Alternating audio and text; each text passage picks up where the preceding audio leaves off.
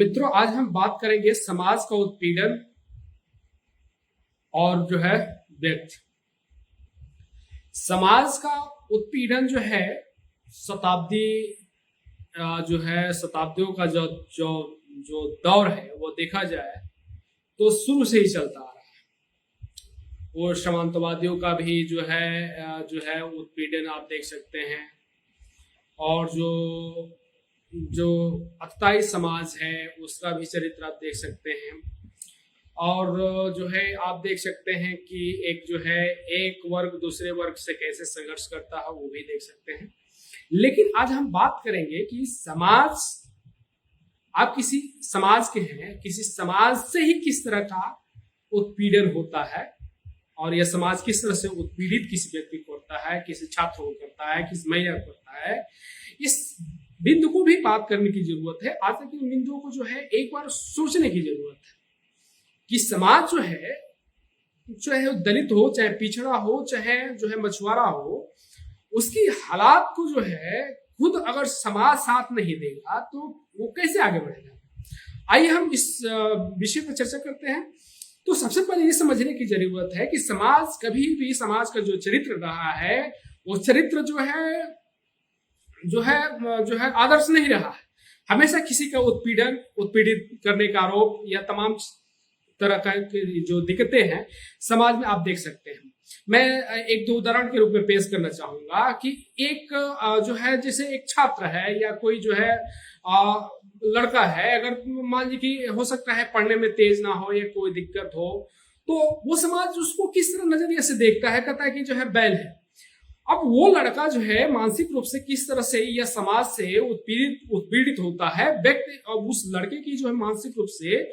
जो है एक अवलोकन किया जा सकता है कि किस तरह से यह समाज उस व्यक्ति को या उस छात्र को बैल कहता है। अगर वो अपनी मानसिक रूप से जो है, हो सकता है उसी समाज में एक दो कोई हो कि उसको समझाता है कि नहीं, आप जो है इस तरह की बातें नहीं, आप संघर्ष करो, आगे बढ़ जाओगे। लड़का संघर्ष करता है और जो है संघर्ष के कारण जो है वो इंजीनियरिंग पास करता है और आज जो है इंजीनियर के रूप में वो कार्यरत है।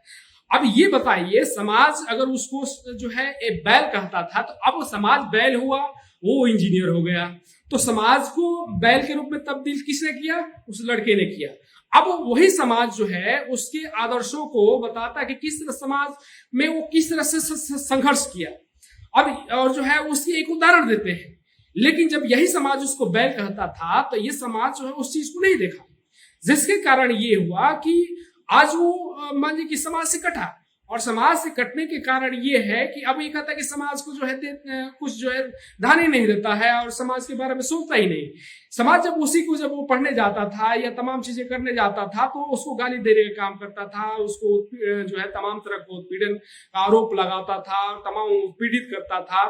तो इस बात को जो है ये समझने की जरूरत है कि समाज जो है उसको अगर उस नजरिए से प्रेम भाव दिया होता तो वो समाज की नजरिए से देखने के काम करता, समाज को विकास के बारे में भी सोचता। वो लड़का तो हाथ से गया। इसी तरह जितने भी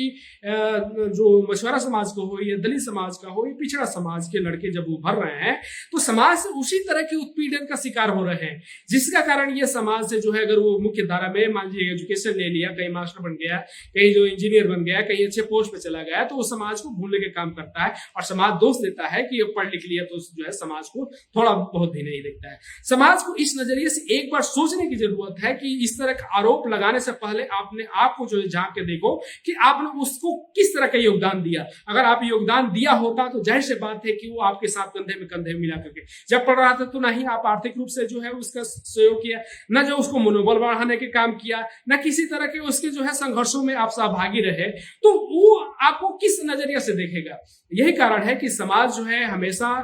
जो है किसी व्यक्ति के जो है चरित्रों का जो है अवलोकन करके जो है उसको आदर्शों को जो है पालन करने के काम करता है।